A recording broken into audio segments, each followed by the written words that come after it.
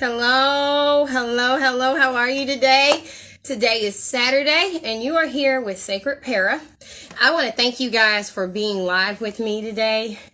And it is my hope that today is something that you're able to enjoy thoroughly, and be able to receive something awesome from. I apologize for that. You're hearing me double on there. All right. Hello, husband. Hello, my little curvy world. How are you? So today we are still continuing the conversation of storyline content creation. Hello, Barbie lady dolls. How are you? Today we are continuing this conversation. And as you guys know, this actually started off as one time. And I didn't know it was going to become a series. But this has been such an enjoyable process. And I have gotten a lot of different messages from you guys saying how much this has been helpful to you guys and how much you guys are enjoying it. Hello! So I am just very thankful for this being an instrument of use that's going to be able to help us all as we grow and continue to learn about storyline content creation. Because as I always say, like Bob Ross said, anyone can write. Anyone can write.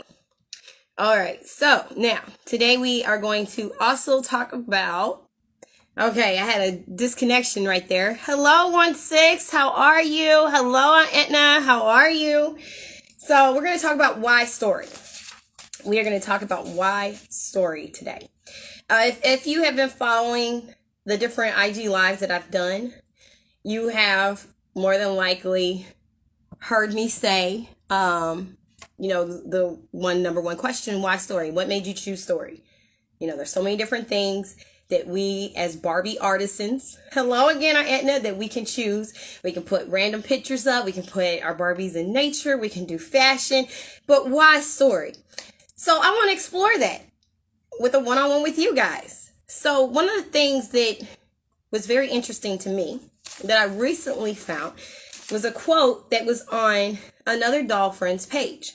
And to be exact, her doll handle or Instagram handle name is @allthings_Ty. So I'm giving you a shout out, sis. But she has a quote on there from Maya Angelou, who, as you guys may know, is definitely on my top 5 as far as being inspirational mentors. I am completely in love with her. Just from a sense of who she was as an artisan, as a poet, as an activist, and then seeing how she had this transformative life. She went from singing in lounges and, she went from being abused as a child and being silent and mute for many years of her life to knowing how to use her voice as an instrument of change, because she said that, when she had admitted that she was sexually abused, she ended up seeing that man being killed. She ended up hearing about him being killed by family members, which, is understandable. I'm not okaying murder at all, but, someone touches your child, you're going to be enraged. So she felt like she caused his murder by her admitting what took place. And she was literally mute for many, many, many years because she felt like her voice is what caused that pain.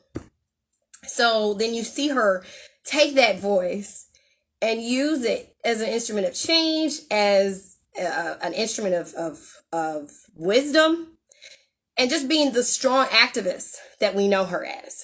So that's one of the reasons why I do look up to her, and she's one of my favorites. So I apologize there. So now going to this awesome quote.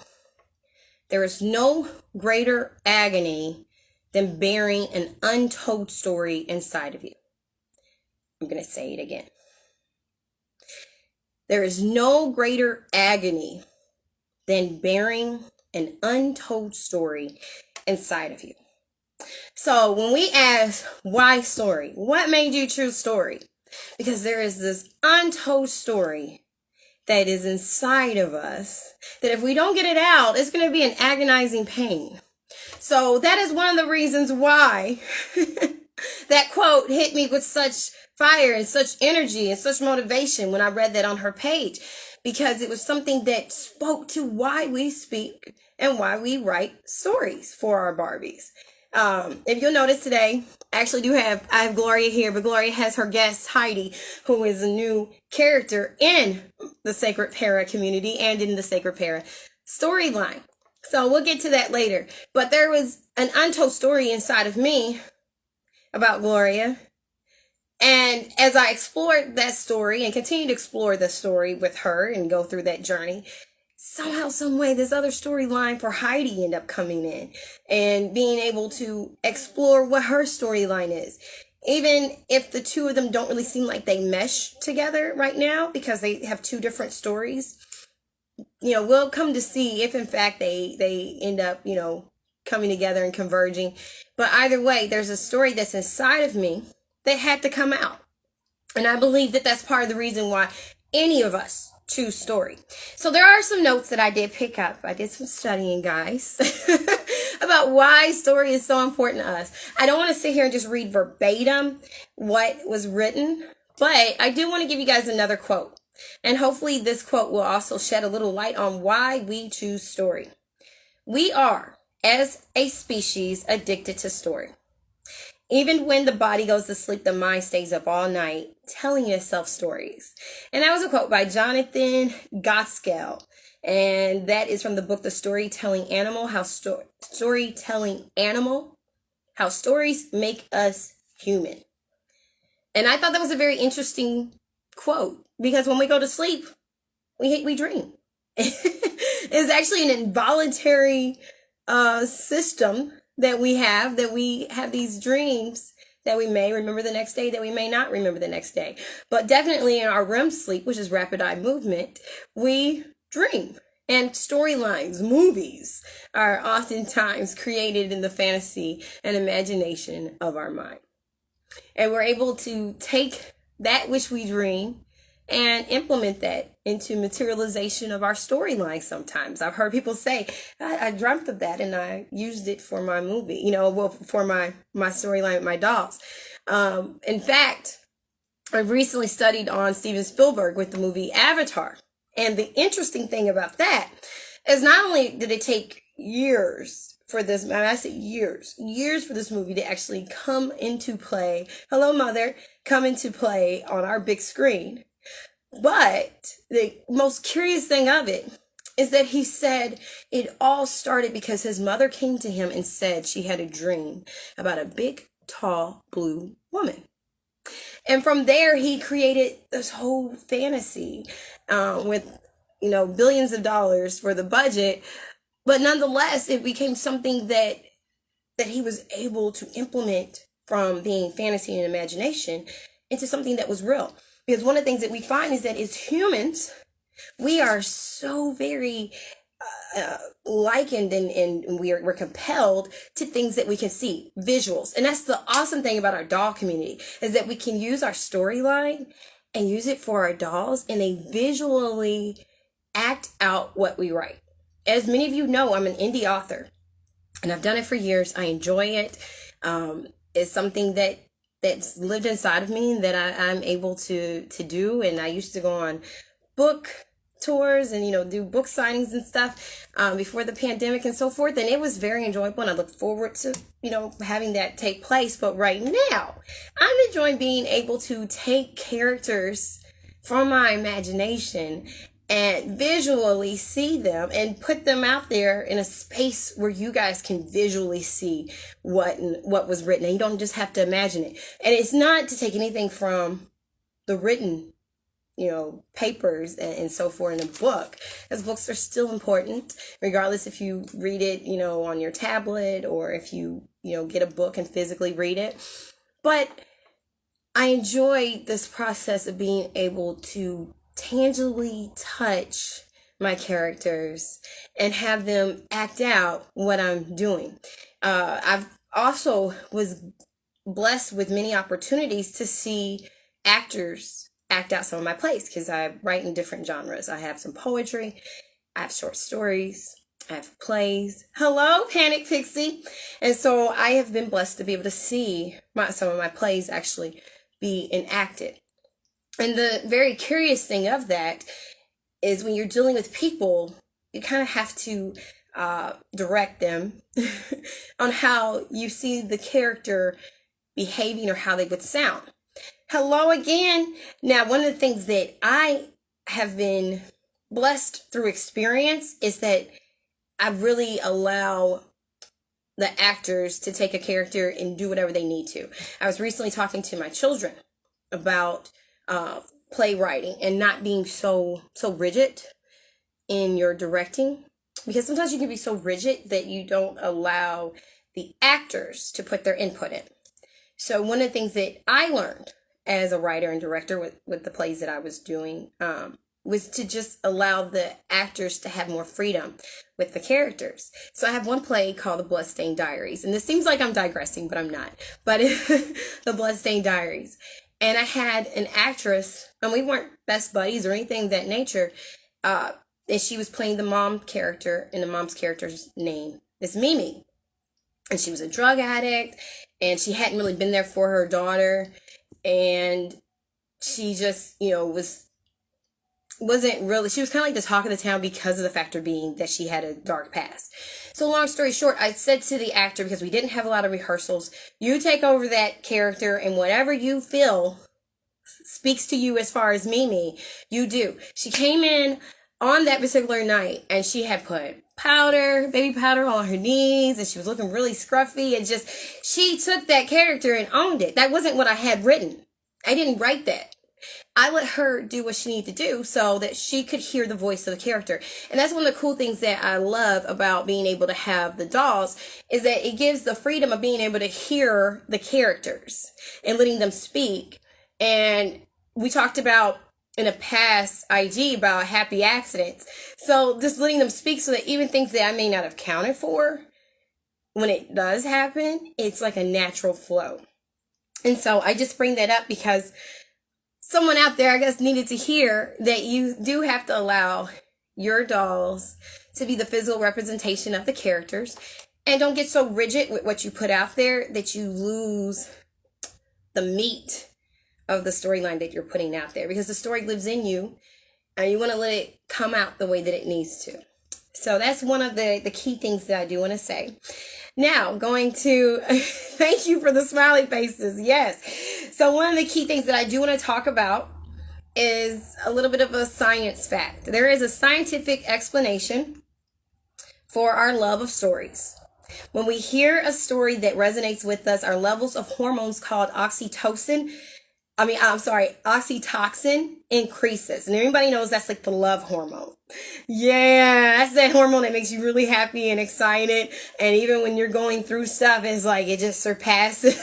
There's a peace that surpasses all understanding. That's that oxytocin kicking in. So when we read stories, it actually activates that hormone oxytocin, because oxytocin is that feel-good hormone. It boosts up our feelings. It makes us feel joy, and it gives us, it likens our emotions towards trust and companionship and empathy. And it literally motivates us to work with others and positively influences our social engagements and social behaviors. And if you want to know where I'm getting this from, it's actually www.medium.com, but there's a lot of different resources that I end up gathering for this particular live today, because I want to make sure that what I give to you guys is going to be something that's going to be helpful for me and for you. Okay, so do understand that when we read stories, we get an emotional connection. I believe that's part of the reason why we are able to develop these really awesome social interactions with each other, where we're able to DM each other. We may not even know our actual first names, but we've developed these friendships that sometimes can be even closer and tighter than what we have with family members, because of the story. The story connects us to where we feel a connection with each other as humans. And so there is such a strong purpose for story. And there's a reason why, even whenever you try to get away from it, you end up coming right back on Instagram and you're typing away, putting in a story and posting pictures, because it's a human connection to the storyline. It makes you feel happy. It boosts your oxytocin levels. So I was really surprised to read that, but it didn't surprised me totally, because when I was kind of like, but then I thought about it and I was like, oh, that makes so much sense. Because when I read your guys' storylines, I get excited. Like if my kids are doing a whole bunch of stuff and I click on my Instagram and I go to a story, even if it's like a lot of drama going on, or if like I just recently, I'll bring you up because you're right up on here, My Little Curvy World. I just got done reading her storyline and Leland got found and I was like, oh good. So it like boosts up my feelings where I was like, okay, so my kids may be doing a whole lot and there's maybe different outside stressors going on, but when I'm able to go and click on a storyline, it can just really help you feel this feeling of euphoria. It's where in that instant, you're not really concerned about what's going on around you. So I definitely do agree that the feel-good hormone of oxytocin gets kicked in whenever we read storylines. Because of this, it states that stories have a unique ability to build connections, and we just talked about that. We're able to build connections with each other. And that's just one of the reasons why you see so many brands out there use storylines. They want you to use a toothpaste. They put on some really extra commercial for a minute and a half that grabs your attention because they want you to feel what the mom is feeling or what the dad is feeling. Oh yeah, I'll definitely give you that shout out. And if you want to, send a request, you're more than welcome to. I will definitely chime you in. But yeah, that's not a problem. I enjoy your storyline. I enjoy, a lot of you guys' storylines. And just to kind of segue for a minute, this shirt right here was sent from My Little Curvy World. It says Gloria, and Gloria is loving it. Yeah, so she's all decked out today. As usual, she's usually more decked out than me. But she's got her outfit on. Gloria, is definitely enjoying this shirt.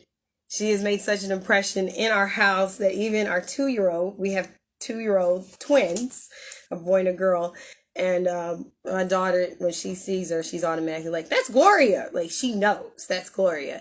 So she's made quite an impression.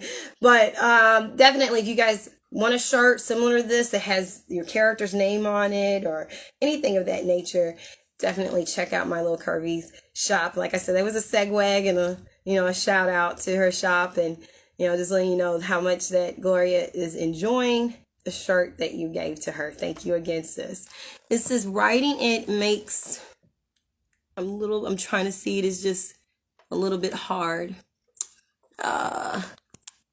Makes me feel that want to, sis. Exactly. I feel it has to come out. Yes, yeah, it definitely does look good on her. Yes, it does. But yeah, it definitely, the story has to come out, because if you don't get it out, it's all suppressed on the inside of you, and that never does feel good. So hopefully we have enough time to get to that part about suppression, because I have some notes on that too. But if we don't, we'll talk about it next week, okay? So let's take a look even deeper at these facts. It says that we literally, neuroscientists, so neuro, of course, deals with your brain. Neuroscientists have found that when listening to a well-told story, the exact same areas of the brain light up on an MRI in both the storyteller and listener. Your brain as the listener mirrors the brain of the storyteller. So in other words, when you hear a well-told story, your brain reacts as if you are experiencing it yourself. Your brain places you inside the story, which makes me totally think of one of my favorite stories, Never Ending Story. That is one of my favorite stories. I like number 2. It's okay. Number 1, okay, the original was the stuff, because you as a child and even you as an adult, when you watch it, it's almost like an Inception thing. Now it's not like my son. My son, he'll be like, Mom, it's like an Inception, my oldest. But it is, because now it's like a story, it's a boy living inside a story, and you as yourself, a boy, a girl, a woman, a man living inside of a story. So now it's like 3 or 4 people inside of a story. That is the coolest thing ever. And that's what Never Ending Story does. It literally puts you inside of the story. So you have the main character, and I cannot think of his name right now. I think it was the B. But he's inside of this story. And, you know, he has to go through what the characters are experiencing, although he's reading the book. And then we're experiencing it by watching the movie. And that's really what happens whenever we create these stories on Instagram with our Barbies, is that we're creating the story that then allows our followers or our readers, even if somebody's not following you, but they still may go to your page and check it out. It allows them to experience exactly what you wrote. And that is the cool thing about it, is that the more detail that you get, the more that you put, regardless if it's through words or you use props, the more emotion and feeling that you put into your storyline, your readers are going to get it, and they're going to feel it, and they're going to feel themselves being in it. One of the other things that we find is that humans, we're empathetic creatures. We are naturally empathetic creatures, and that's what's so crazy about hatred, because that's not how we are innately created. We are not created to hate. And you see that with children. Children don't really care about colors and this and that and race. They just love people. And if they don't like you, it's because of what's in you, period. But we are naturally caring creatures as humans. That's why when we see animals and they're hurt, our natural response is to help. I was one of those people. My mom is not a hippie, but I was a hippie growing up, and I would be out and about and see animals and always felt like I had to rescue them. And sometimes I'd bring her into my rescue missions, or I would bring my neighborhood friends in, and I would go rescue birds, or I would, if a bird died, we'd bury the bird and have like funeral services. And I remember there was a house with cats locked up in it, had little kittens in it. And I got my friends together in the neighborhood, and I was like, we're going to get these cats. And we went into the house on our mission and took the kittens and brought them back to my house, and the kittens had fleas. And my mom was like, get those kittens out, get those kittens out. And we were like, no, we got to save them. And she's like, one of them going to get sick. Sure enough, one got sick and literally just pooped, like loose poop, just all on this one boy that was holding them, and it was just horrible. It was horrible. And since my mom's online, I'm gonna call her out because she laughed about it, and then we had to go back over to the house and apologize. My mom, yes, I have a lot of different stories about my mom, but I'm not gonna share them here because it's Mother's Day coming up. I'm not gonna do that to you. But yeah, we had to actually get rid of those kittens, because they were in a bad situation, so we ended up taking them to the vet. But that empathetic feeling of wanting to do for someone else or for animals or volunteering, that comes from being human. That's who we are innately. So because we're empathetic creatures, we respond to stories. They cultivate our emotion. They also cultivate our sense of togetherness. And there's a connection through the personification and the humanization of Barbies. It creates a connection with our audience.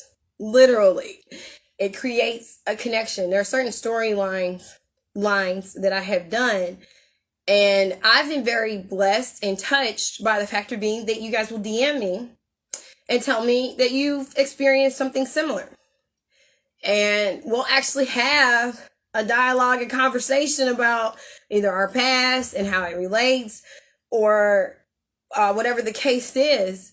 And so that is something that lets me know that storyline is relevant. So there's a story in you and you're still kind of like battling inside yourself. If I should write this, will it be received right? You should do it, because you won't know until you do it. And even if, the worst that can happen is no one says anything. So it's just silence. You may get I highly doubt that you can put out a storyline and not get at least one like, okay? So you're going to get at least one like. And oh my God, you could get 50. You could get 150, right? So you're going to get, some people that are going to agree with you on whatever it is that you have written.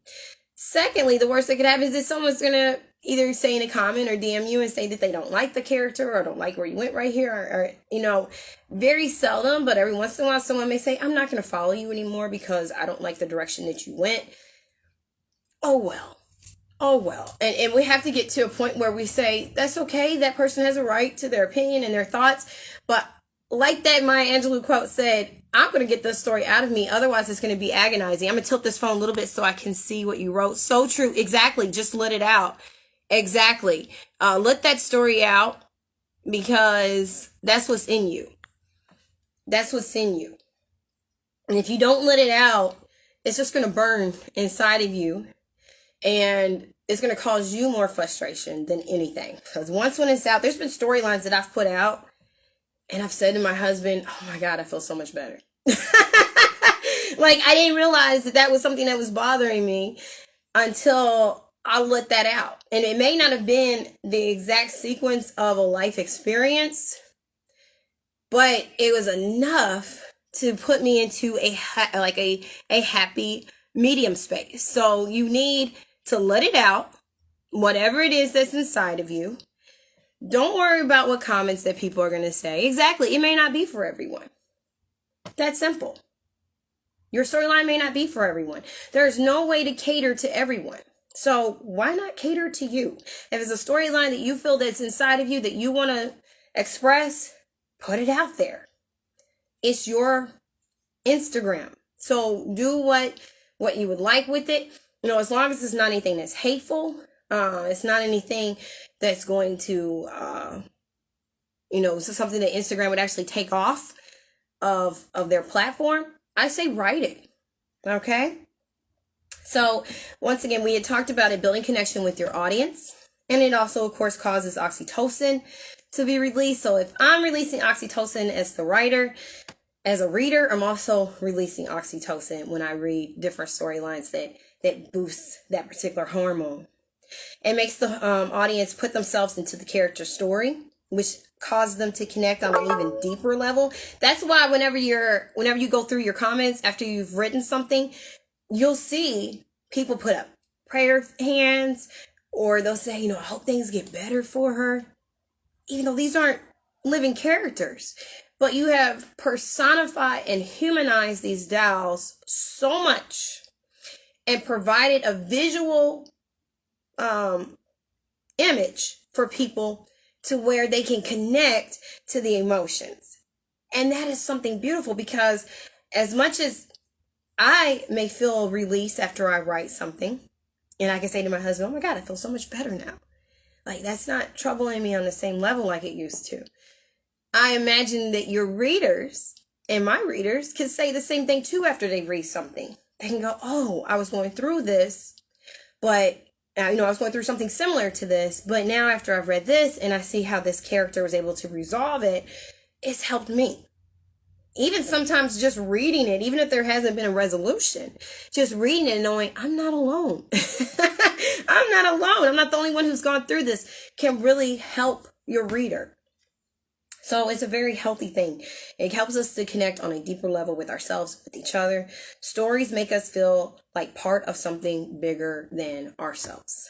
And I believe as humans placed here on this earth, that's one of the things that we all want to feel, is that we're here for something greater. We're here for something bigger. And if you know that your storyline is able to help someone, even if it's just to give them a laugh, that is huge. I'm someone that's, although I have a comedy past, I'm still someone who's a little bit hard to make laugh. My husband talks about that. Myself and my oldest daughter. We're two people in this household who are a little bit harder to make laugh. And one of the key things that really does stand out to me is you don't know what someone's going through. So if you put something on there that has comedy involved in it, that can make a huge difference for someone, because that can actually give them that laughter, that giggle, that chuckle that they needed, and just really change the whole trajectory of their day or their week. You just never do know. So your creativity in creating a post that has comedy that allows someone to release is actually allowing you to be a part of something bigger than yourself. So I want to put that out there. So you're using your creativity as a tool, be it with comedy or with even putting in something that may be dramatic or traumatic, allow someone to be able to relate to the doll's experience, to the character's experience, allows them to release, allows them to heal, and allows you to be part of something bigger than yourself. And I believe as humans, that's what we desire the most, to be a part of something bigger than ourselves. Yes, Juicy is good at that. Yeah. I have read that and I've seen that. He definitely is. Humans, I already said, are very visual creatures, and we like to see people, and that's one of the key things that we get to do with our dolls. We're into blending stories, so it's, allowing people to be able to read, and then we're also putting that visual effect in there, so we're able to allow people to receive the visualization of what's being said by the actual characters or actors. One of the key things also that has been spoken of in previous IGs, and I'm going to say it again, take your time establishing your characters. Take your time establishing your storyline. Don't feel like you have to get it all out there in one day or 1 week. Take your time with it. There's a lot of different things with Tony that I have not been able to put out there. I haven't even been able to touch the surface when it comes to Tony and Nita, but especially with Tony. And I'm okay with that. There's sometimes where I'm like, man, I really feel like I should feature Tony so that you guys can see him more. But on the same hand, I'm like, if I hear a storyline that's for Gloria, or a storyline now with Heidi and her man Kai, that's what I'm going to flow with. Exactly. That's what I'm going to flow with. Okay. People are talking and connecting. I like that. You guys saying hi on there. I lift up my phone so I can kind of like see what the comments are, because it's kind of hard to see it, straight on. So now another thing I want to bring up is describe the scene. Show the results and tell the story. And that's what we're able to do whenever we're writing out the story on our Instagram pages. The key is to bring out your story in a way that draws people in, because science says, this is what science says, people engaged with a well-told story. We are biologically and neurologically wired to connect with stories. Besides, everyone loves a good story. And again, I got those facts from www.medium.com. We are biologically and neurologically inclined to be attracted to stories. That's what we're hardwired for. So why stories? Because it's in us. Each and every one of us has a story to tell. Now, the genre that we choose, the platform that we choose to do it may be different, but there's a story in us. So don't allow yourself to hinder yourself from doing it. And I actually want to bring up a point the leading hypnotherapist stated. He stated that repressed memories use a lot of power, effort, and energy to store or suppress them. So whenever we suppress our memories, we use a lot of power, a lot of energy, and a lot of effort to keep it down. Yet once released, that same power, energy, and effort can be used in other areas, such as in creativity and writing and in art, right? Now, why do I bring that up? Because there's a lot of different storylines that I've seen, and even with myself, whereupon I'm able to use the experiences that I've gone through, or the experiences of someone close to me has gone through. And of course, names change and stuff like that. I'm not that kind of person that would put out someone's actual name. But using bits and pieces of their experiences in life, good things, bad things, and combining it to form this play or this theatrical storyline, right?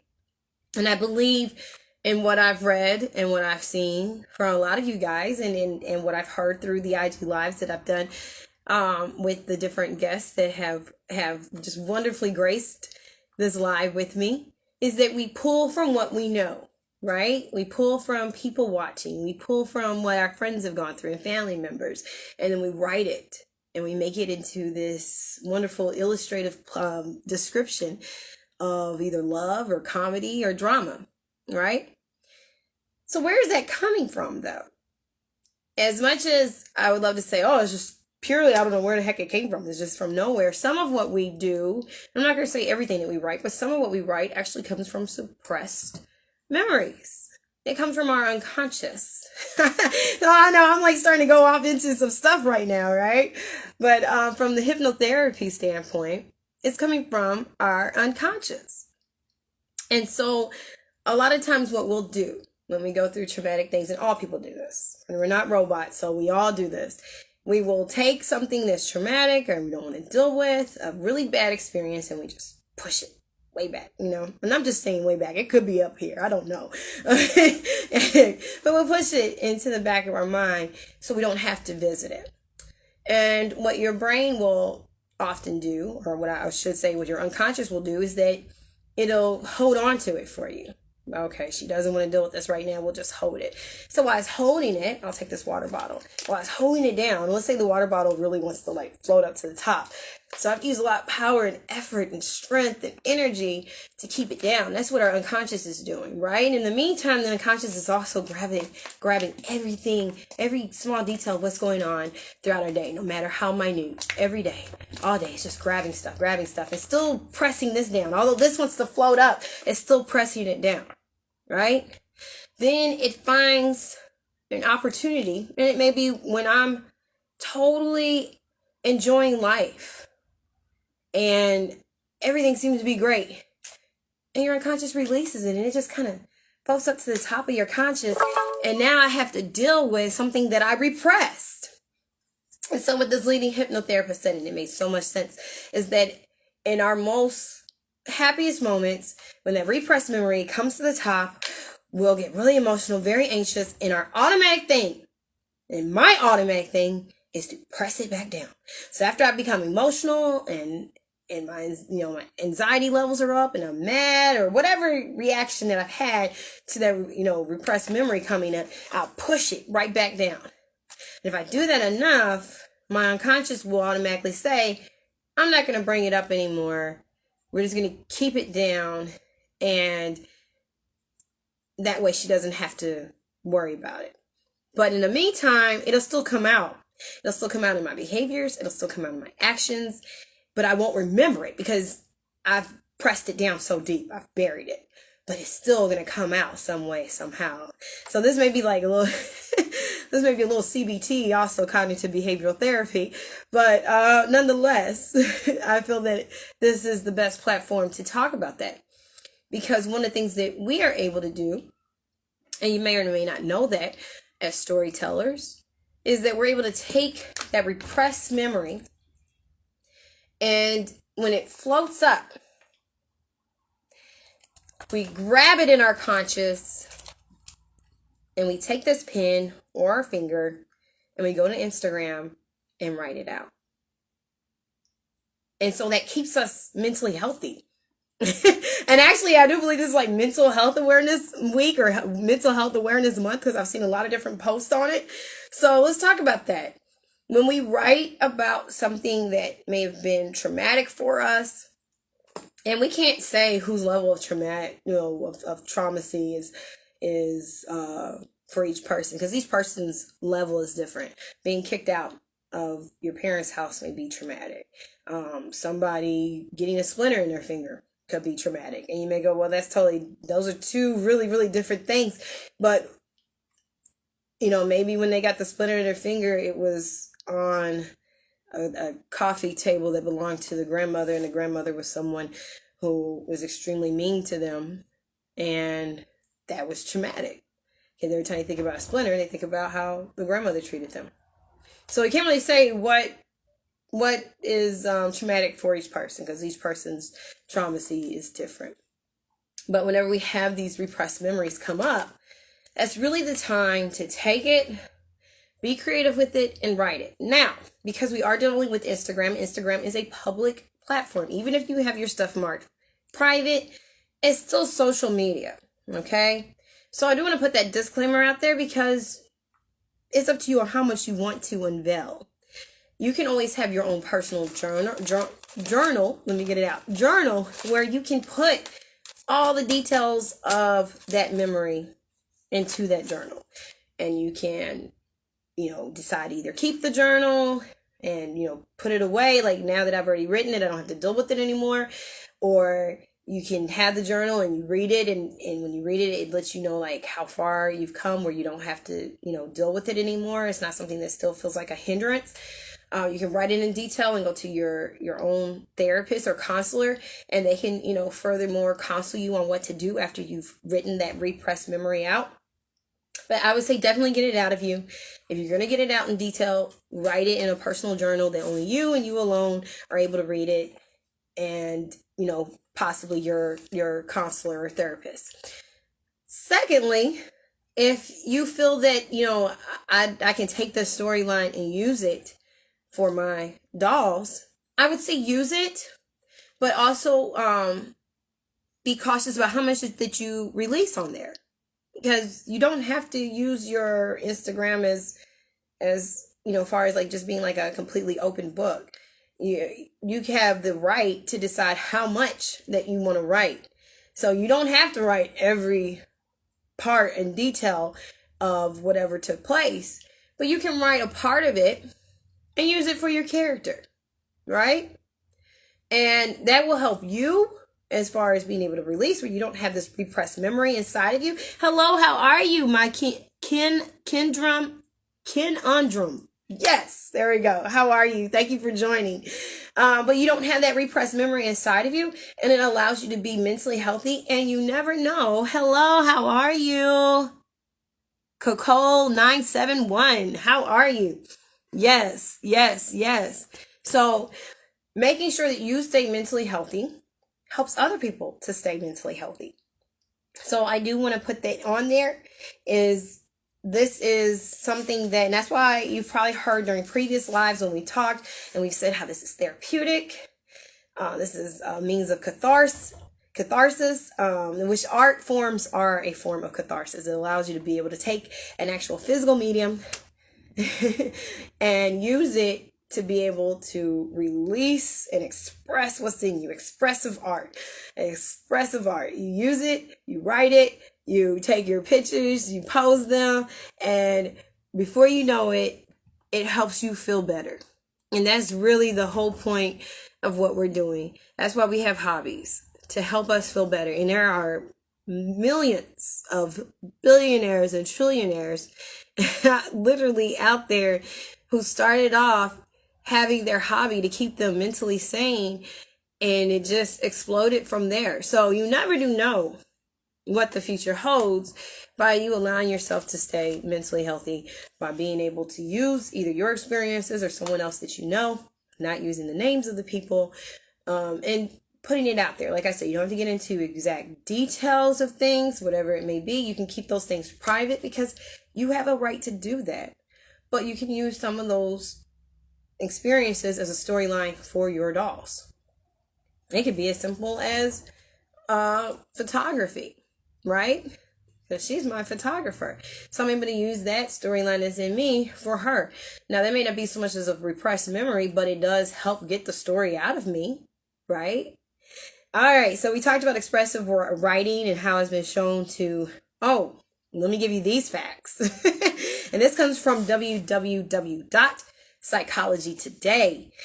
Expressive writing has been shown to be related to improved mood, reduced health center visits, improved immune system functioning, reduced high blood pressure, and reduced cholesterol, reduced symptoms of depression and anxiety, reduced trauma-related intrusion and avoidance symptoms, and symptoms of post-traumatic stress disorder.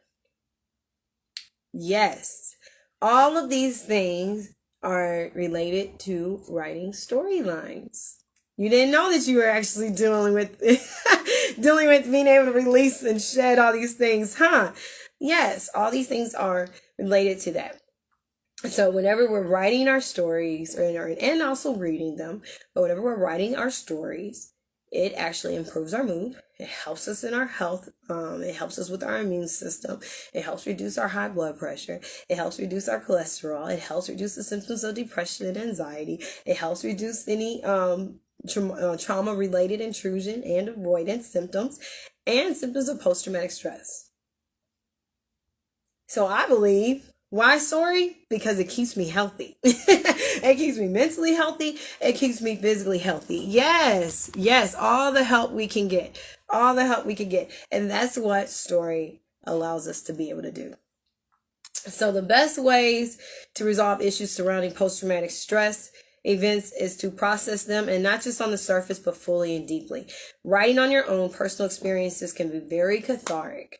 Meanwhile, it's important to remember that your thoughts may be fragmented, so being able to write it down in a cohesive format allows you to really piece it together.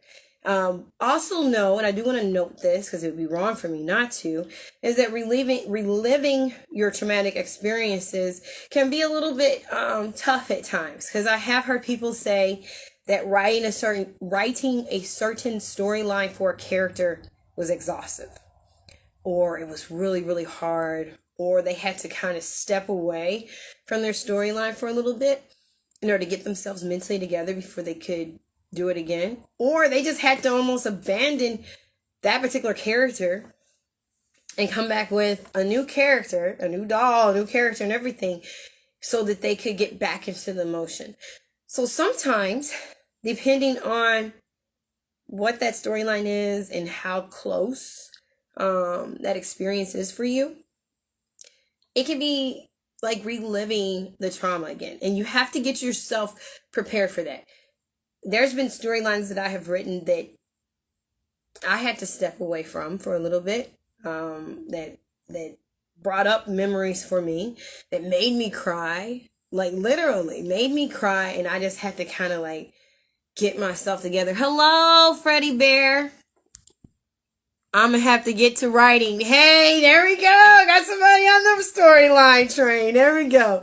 Okay, but yes, there's been some storylines that I've written that were just very traumatic for me, because I had to relive it. So allow yourself to have space to relive it. Allow yourself that space. This is your hobby, y'all. I don't care, even if somebody's getting Instagram money off of here. If you are, great, but still you're human. Give yourself space. Don't feel like after you just got done posting something that was very traumatic and it felt like a personal experience was, you were retelling it. Don't feel like I have to get right back on the next day and start posting. No, give yourself space. You don't want to have a mental breakdown from trying to be Instagram queen or Instagram king. Give yourself space to relive what you went through. Exactly. Take those breaks in order to be able to be fully functioning. Yes, right. It will surprise you what comes out of you. Exactly. And yes, take those breaks. Oh, I dropped my phone, y'all. My apologies. We must be talking about something real good when the phone drops. TDJ's got a new one. He says, don't drop the mic. Well, I just dropped my phone here. But I'm not going to drop the mic. I'm still going to keep on talking. There we go. All right. So, nonetheless, as I was saying, you have to give yourself space. Yes, even TV shows. Yes, they have a hiatus, don't they?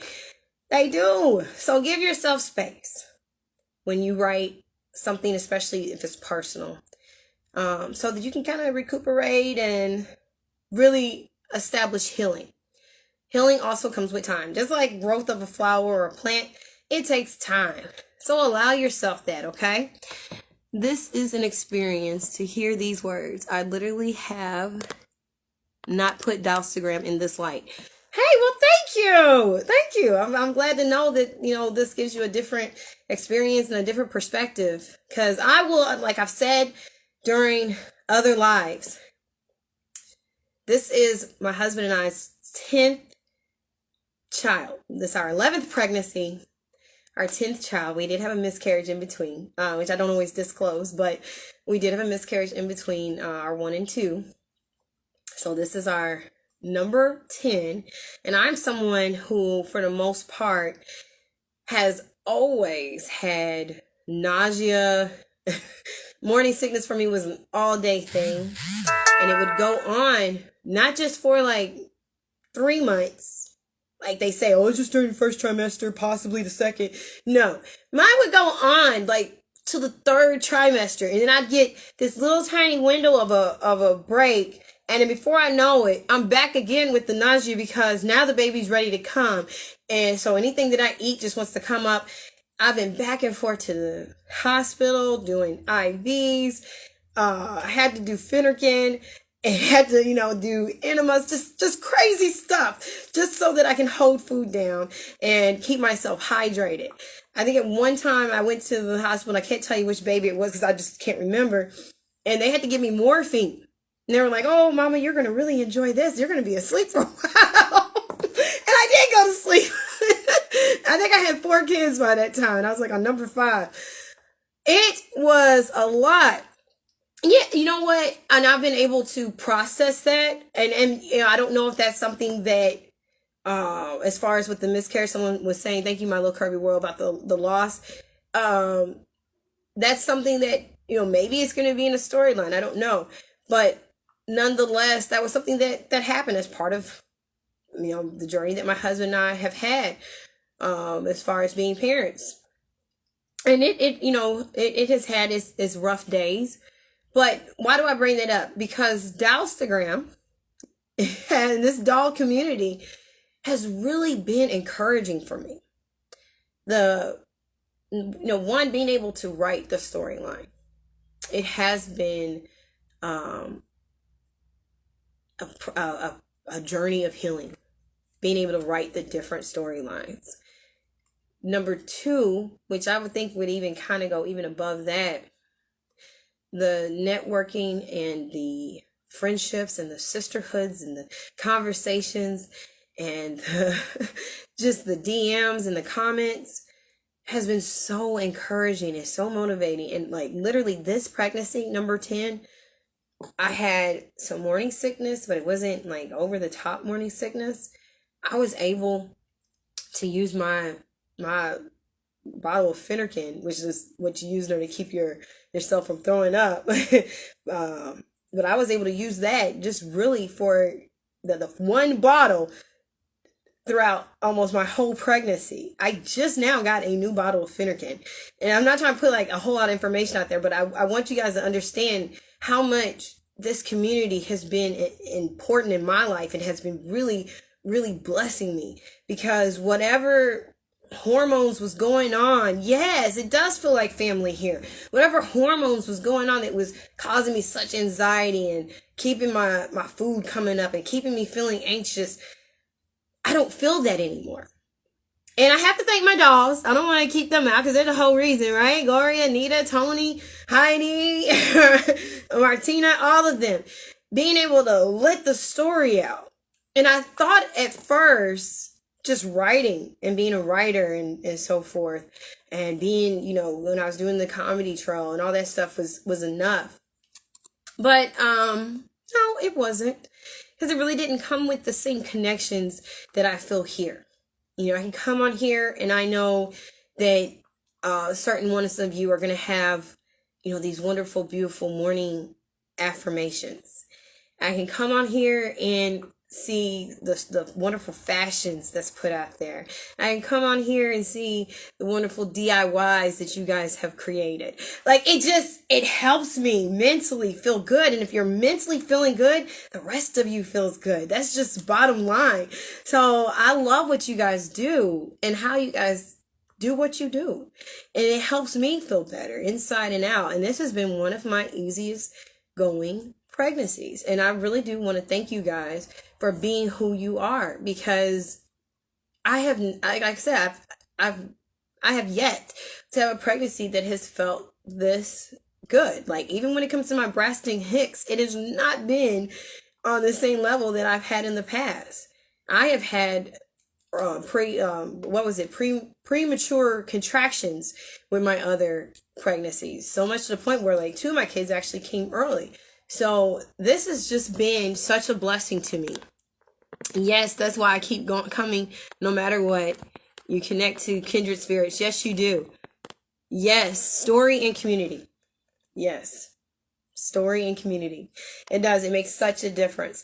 So as we were saying, and I'm almost done, reliving traumatic stress and traumatic experiences really does call for you to allow yourself space. Okay. But when you have that space and you allow yourself to process, Process is very important. Back in the day, I used to always use the analogy of baking a cake or baking bread. There's a process to it, right? So you got like, if you use an example with cake, so yummy. Especially like a chocolate cake. It may make me one today. I don't know. But even if you use a box cake, okay, you still got instructions.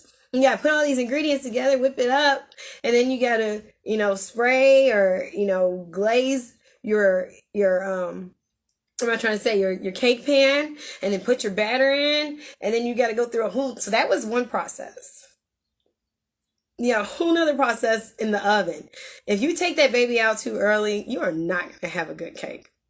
It's not going to be edible at all. If you want that cake to be delicious, you have to bake it for the right amount of time. You don't want to go over and you don't want to go under. You want it to be the right amount of time, and you have to let it cool, which is another process, because if you get it and it's too hot, one is going to fall apart. I know, I done got really into it, right? I want a cake. And two, it's going to be too hot to really taste the flavor of it. You want to taste your vanilla extract. You want to taste the chocolate. You want to taste all of that, right? So you got to let it cool down. Then when it cools and you give it that space, you can then flip that baby over, ice it if you want, put that icing on it, and dig right in. I know, I got excited. I got very excited talking about a cake. So that's the same thing whenever you are reliving a traumatic experience through your doll characters. You want to make sure that you process. Give yourself time to process. Give yourself space to cool down. Then come back. And that space is going to be different for each person. Okay? Let's see here. I want to go. Wonderful to hear your pregnancy is going well. Thank you. When the baby comes, we will have so many internet aunties, yes, and uncles. I got to get back to work, but thank you for this insight. You are more than welcome. Thank you for joining us, Freddie Bear One. I'm making peach cobbler right now for church. Yes, I heard about some peach cobbler today. One of you guys had it on your page, and I was like, I'm trying to remember who it was. I can't remember, but they were talking about how much they like peach pie and peach cobbler, and they had the dolls there. It was the mom doll and then the children, and I was like, man. And plus, even though it was, the remnant, it was just the play, like the pretend food. My God, that pie looked good. I was like, oh goodness, yes. What'd you say?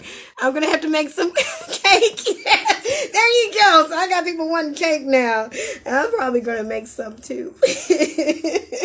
So it's important to take your time and feel everything, because the more that you allow yourself to take time as you write the storyline, one is going to allow you to get whatever's in you out, and it's going to allow your readers to connect more even with your characters. The process of meeting your painful memories with insightful and emotional disclosure can help put them aside. So whatever you're feeling, you'll be able to, you won't have to deal with it the same way. You're not going to have to, like I told you, this bottle wants to float, and yet your unconscious is keeping it repressed for you. Guess what? Once you allow that bottle to float up to the top, and I'm just using this as far as an example of a repressed memory, you allow it to float up to your conscious, and you grab it and you use it creatively. Guess what? That leaves space in your unconscious, and your unconscious is like, thank you. Now I can use that same power, energy, and effort that I was using to hold it down. I can use it creatively. And that creativity could be through your dolls. It could be through your storyline. It could be through art. It could be through sewing. It could be through doing some DIY projects as far as constructing your dioramas. It could be through so many things. So don't be afraid whenever those repressed memories come up. Use it. Use it to be able to create a storyline, especially whenever you're going, I don't know what I'm going to do for this character. Your unconscious does. Okay? So it can really help give you emotional disclosure. It can help put them aside where you don't have to deal with it anymore because you're dealing with it in a healthy way, and it can help you move forward with your life in a positive direction. And this information came from www.lastly.com. If you need to go to any of these websites in order to get more information, because again, I just gave you, little bits and pieces of quotes and so forth in order to move this IG experience along. But if you want, I can go ahead and put those links those particular articles and so forth. I can put their internet handle on the bottom of this IG live so you guys can go there and read more. Okay, and I got a yes on there, so yes, I will definitely do that. Now I'm just going to give a very, very quick update with my dolls. I want you guys to see Gloria. Yes, I'm very proud of myself, guys. One, if you'll notice today, her eyes are not shining. Yes, that's one thing. So I did something different with my girl's eyes. And if you notice, usually she has clear lips, like lip gloss on, because I'm really big on clear lips. Like, that's something that I've always liked. But today, your girl got some lipstick on. Yeah, I redid her makeup. If you went on my page and you've seen any of my mermaid pictures, which is compliments of the Dalai Lama, and I would definitely encourage you guys to get involved with Mermaid 2021. I plan on doing some more mermaid pictures. It was such an enjoyment to do.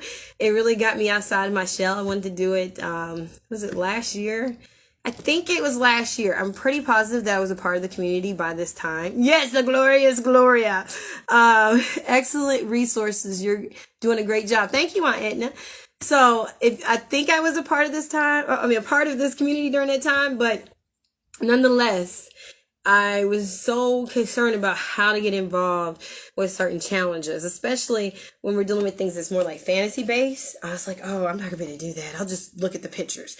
And I'm pretty sure I'm not the only person who felt like that. It was like, my storyline won't be able to fit with that. I'll be. This year, I was like, I'm going to get involved with some challenges. I'm going to get outside the box. And one of the things that I happen to remember is that I did a reading about people who were mermaid instructors. And so I was like, hey, I could do one where she's a mermaid instructor. And so that's what brought in my character, Taylor, who literally was out of nowhere. Got the doll, right? And it was like, I don't know what I'm going to do with this doll. I really thought she was going to be a body donor, but I liked the structure of her face. So I was like, I want to use her, but I don't know how. Yeah, she's rocking that shirt.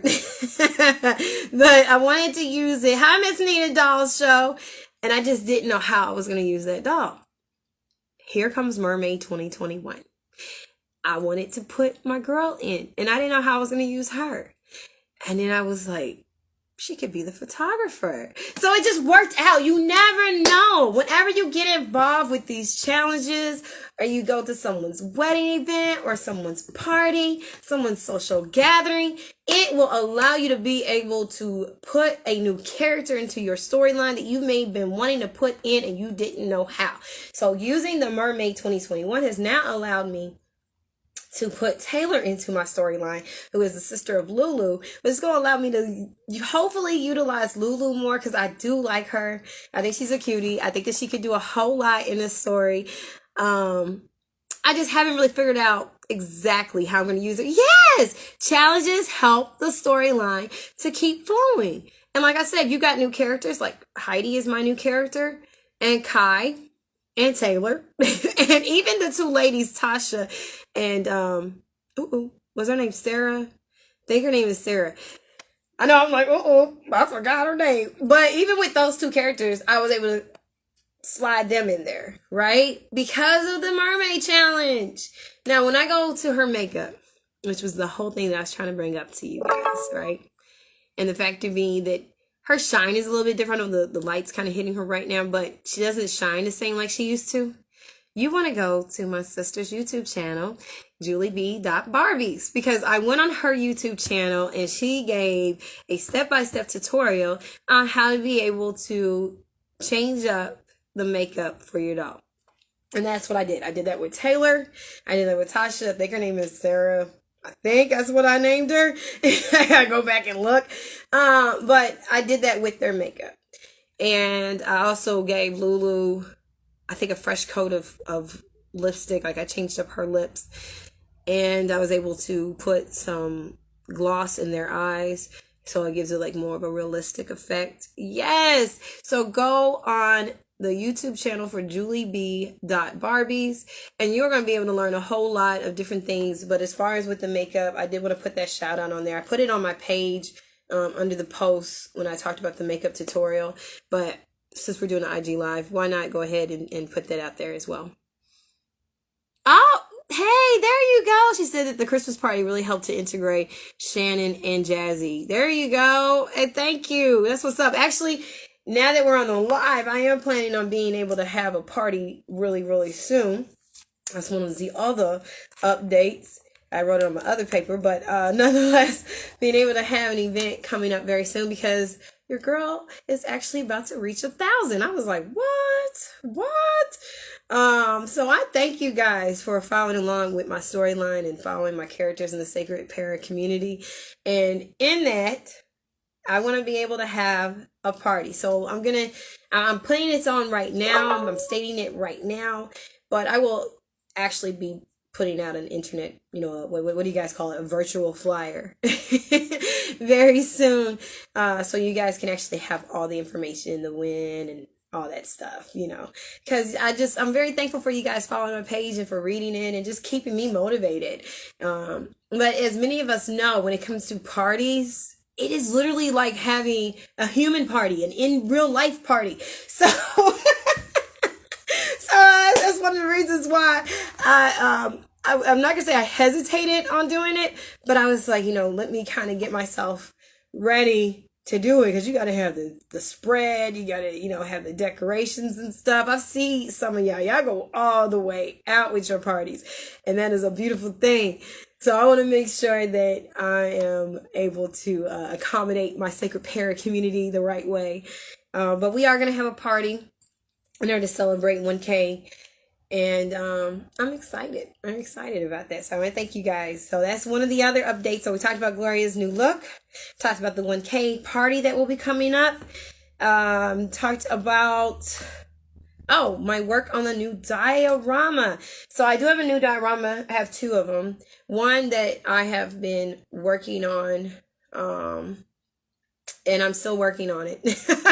I can't show you guys that one because I'm still working on it, but that one will be coming up, so definitely keep your eyes peeled and ready to see it. Hi, Artsy Dolls. Thank you for joining. Yes. I'm just reading Winds and Horns party. Yes, yeah. The parties do take a whole lot out of you to be able to do, so I'm making sure that that I have everything prepared. But going to the Mermaid Challenge, because of the Mermaid Challenge, I made a whole new diorama. And this was actually inspired by my daughter, because she has a diorama from a box that she made. And your girl did very, very good. She was inspired by me, of course. But she took a small box, just a small box, and flipped it all around and has this bedroom that she's created is also like a studio for her dolls. And she and her sister will take, they are so ingenious. They will take these lights that they have that was actually part of a pixel game, I think, and they took it all apart, and they just made it into these like studio lights. They're handheld studio lights, and they'll shine the light into the box because they got like a hole right here for the window, and they'll shine the light right there and allow the doll to pose. And I'm like, okay, so I was inspired, right? I gotta give it up to my girls. They did their thing. So I had this small box, and I was like, I really want to make a studio out of it, but I don't know how I'm gonna be able to do it. And I kept flipping it this way. And I was trying to fit the doll in there. And I'm telling my husband, I'm like, I want to use it, but I can't use it because it's too small. Like, literally, this is what I was doing. I was like, if they're sitting, it'll work. But if I stand them up, it's not going to work. And I was going to stand her up. It was going to take too much effort. But it just would not work. Here he comes with his Big Hero 6 self. If you ever seen a movie, we watch a lot of cartoons. We got 9 kids. So Big Hero 6, the brother was always like, look at a different perspective. In one instant, he was just like, bloop. He's like, now it works. I was like, oh.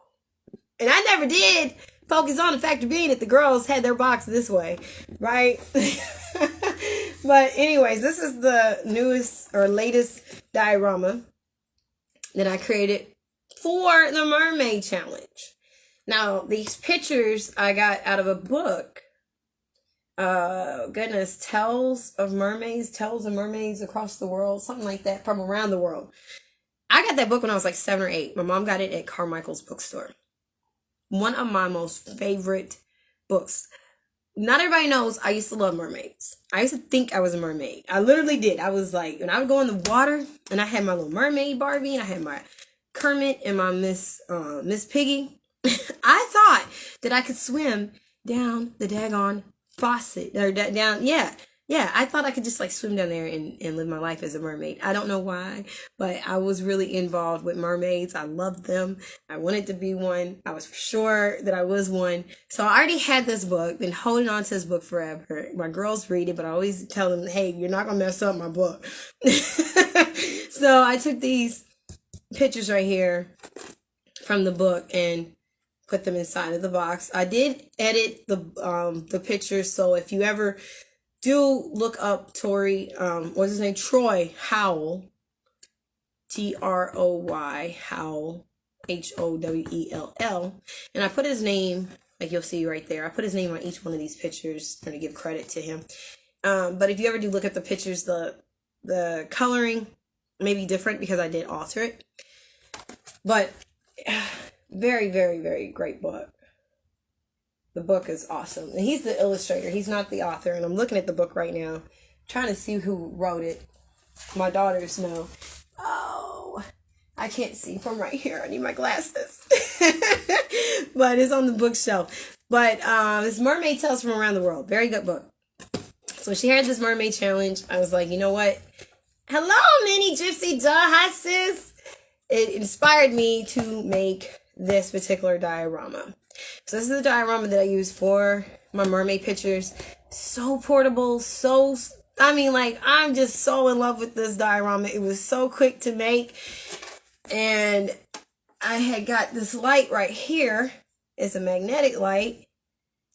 It's willed, WILLED, if you do want to get it. And you can go all the way back to the IG live that I did with Julie B. Barbies, and she talks about different materials that you can use as far as, really being able to increase your work with your dioramas.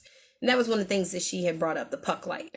So got the puck light up here, and it is magnetic, and it's a great filler light. Great filler light. So when I took the pictures, even with the ring light and the other lights, shining into the box, that light right there really did make a difference. So I would advise you to get one, and 2 comes in a pack. I would definitely advise you to get one. So this was the box that I used for my mermaid challenge. And that was one of the cool things about what this challenge did, is that it didn't just open it up for me to invite new characters into my storyline, but also opened up some creative aspects with how to be able to use my dioramas, my boxes and stuff. And that's just a cardboard box, an Amazon box. So I was very impressed with what was able to come out of that. Oh, thank you. That dial is really pretty. Thank you so much. Brilliant. Yes, it's a magnetic light.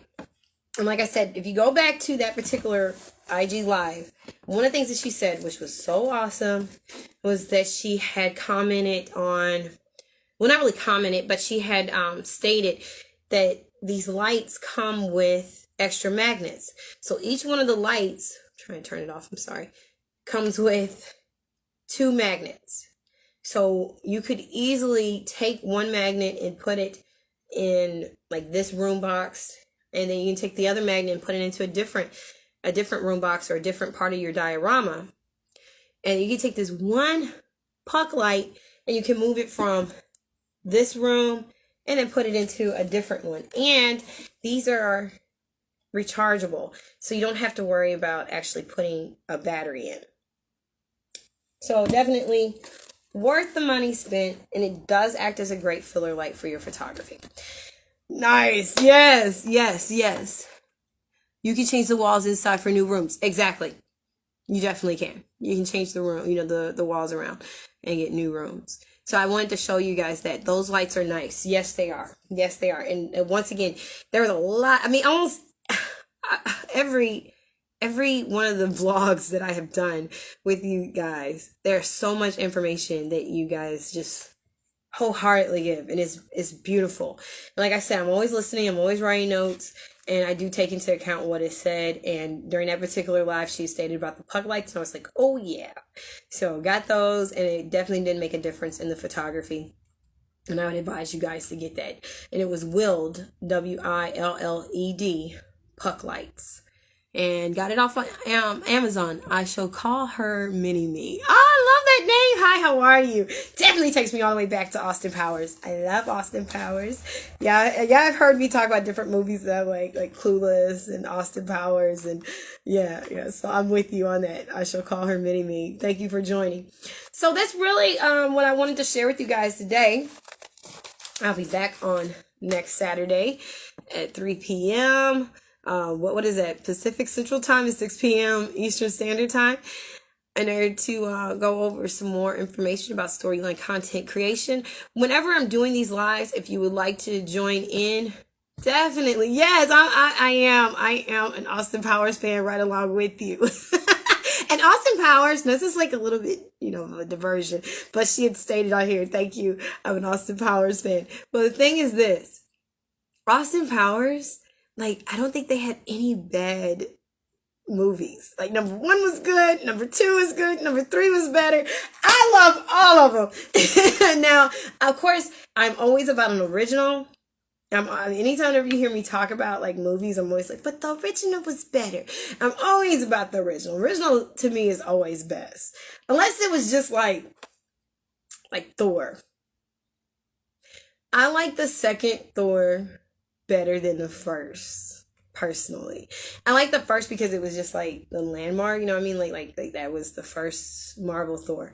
But I really like the second Thor better. So that's probably the one thing where I'm like, the original was okay, but I'm glad they made a second one. Yeah, Mojo, yes.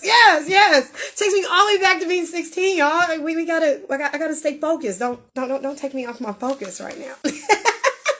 I'm trying to close up. Once we start talking about Mojo and Austin Powers, and yeah, baby, I'm just, I get thrown off and I go into a whole nother zone. Yeah, it just kept getting better. I am still looking for number 4 Austin Powers. I'm like, come on, Mike Myers. Don't hold out on us. I love the Shreks. The guy's just genius. He's genius with what he does. I love the Shreks. I love the Shrek Halloween. I love the Shrek Thanksgiving. I don't care. Just give me a Shrek, okay? That's where I'm at with it. He's able to take... Now, let me wrap it into what we're talking about as I close. One of the things about Mike Myers' voice is that he's able to take the story, right? And he's able to take the character, I should say. He takes that character and he personifies it so well, either as a human or even as an ogre, and we're able to relate to it. And he goes beyond just saying the verses and the lines to really becoming it. He became Austin Powers. He became Shrek. And then the storyline was written in such a way where it was amusing to children, but it was something that we as adults who have any kind of experience on our journey of life could also relate to. So that takes us right back to storyline. I like how I was able, you see how I did that?